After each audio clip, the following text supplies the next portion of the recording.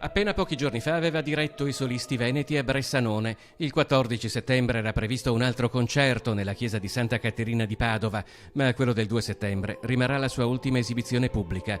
Il maestro Claudio Scimone è scomparso la notte tra il 5 e il 6 settembre nella sua Padova, a causa probabilmente di complicazioni respiratorie.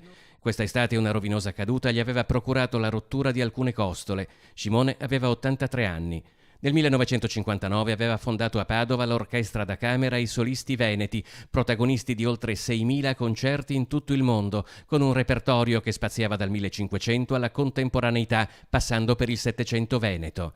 Nel corso della sua lunga carriera Scimone ha inciso quasi 400 titoli con le più importanti orchestre e con i più importanti interpreti. È stato direttore del Conservatorio Pollini di Padova per 27 anni ed ha insegnato esercitazioni orchestrali al Conservatorio Benedetto Marcello di Venezia.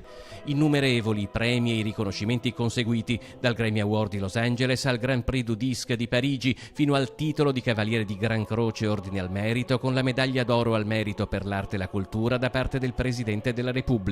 L'Università di Padova gli conferì la laurea honoris causa in giurisprudenza.